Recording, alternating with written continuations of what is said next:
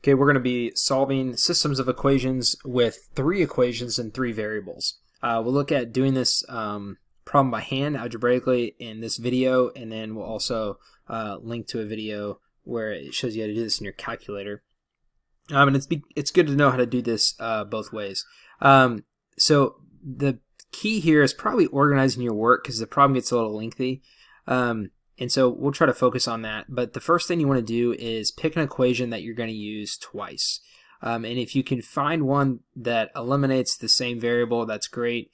Ultimately, it doesn't really matter which one you use twice. But if you can make one that, or pick one that makes life a little easier, that's good. So I'm going to use this top equation twice, actually, because it eliminates the y on the second equation and the third equation. But whatever equation you pick, you're going to write that equation twice. And so this will take up a little more room, but it will save you time in the long run. So you write that equation twice, the one you pick, and then write the other 2 equations below it. And so you're not thinking too much about what you're doing yet, other than, or where you're going, I guess, other than just like you're just rewriting the problem. So you write the second equation and the third equation. Okay, so now in your mind you've broken this down into 2 different problems, and you're going to look at them one at a time. So we're only going to worry about this side right now, and we want to see what we can eliminate. Okay, we want to eliminate y. That's an easy one to eliminate. I can just add them together. Okay, let's get rid of that circle actually. Okay, so if I add these together, my y's are gone. It gives me 2x. The y's are gone, and then I get plus 2z is 14. And then the rule over here is you have to eliminate the same variable. And so if you have to multiply the top and bottom by something, you might have to do that. Go ahead and do it. But in this case, we can just add these together, and that gives me 4x minus 2z is equal to 4. And so now I have 2 equations, and the 2 variables are the same in each equation. Okay, and then we're going to rewrite these down here. And I know this is like, well, why would we rewrite them? It's because it gives you something you were used to seeing. It gives you something that we actually did yesterday. Oh, look at that. That looks out nice here.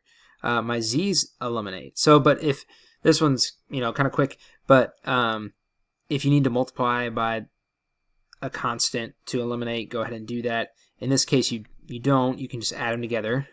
But now you just solve this like a new system. Okay, so that gives us 6x.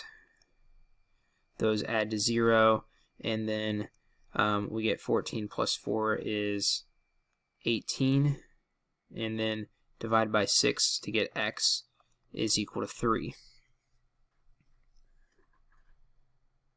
Okay, so now we have x. So one thing, like if you've noticed this, it's almost like we funneled down in. Like we started at the top as big and wide, 2 equations, got that down to 1 equation, got that down to 1 solution. So we kind of have this like funnel going down. To find the rest of the solutions, you're just going to work your way back up the funnel or climb back out. And we're just going to pick equations along the way. And so I have an x equals 3. Well, if I plug in that to, let's say, this equation, as I work my way back up, then I can find z. So let's do that. We'll kind of put that off to the side over here. So 2 times 3 plus 2z is equal to 14. And so that gives me 6 plus 2z is equal to 14. And so 2z is equal to, when I subtract 6, I get 8, which means z is equal to 4. So I have x is 3 and z is 4. And then just continue to work your way back up. Find an equation with y in it. And let's use this. Well, let's use this one right here. And we'll squeeze that in down here. So I know x is 3. I don't know 2y. I know z is 4. and it's equal to 1. And so we get 3 minus 2y plus 12 is equal to 1. Let's go ahead and combine these first. So minus 12y, and then we get 15.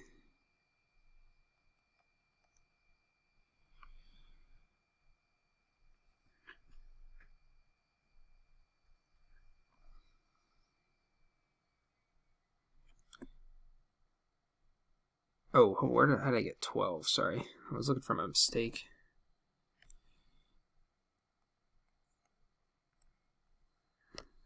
There it is. So minus 2y. Minus 2y. And so negative 2y is equal to negative 14, which means y is equal to 7. Okay, so real quick, before we look at our solution, be careful of mistakes. Look at all, like, man, if you were to count how many computations you did in this problem, it would be a lot, right? You got to add a lot of numbers together. You're rewriting equations multiple times. So there's a lot of places for error. So it's really easy to make a mistake and really hard to see a mistake. So just be careful as you work. I just made a mistake. Mistakes can happen. Try to prevent them. Okay, so we got x is equal to 3. Y is 7 and z is 4. So you can write that as a ordered triple, 3, 7, and 4. Now you will come across some problems where they're not integers. You can have decimals and fractions in your answers. That's okay. So just be aware of that. And then the no solution and infinite solution questions work the same way. So no solution questions still take the form of where you get 0 is equal to a number, and then infinite solutions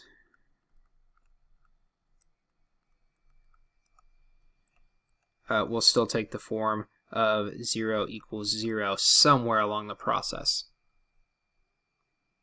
And then the last thing to realize is that these three numbers make each of these equations true. So if you want to check your work, you can plug in all three to every equation and make sure it is true everywhere.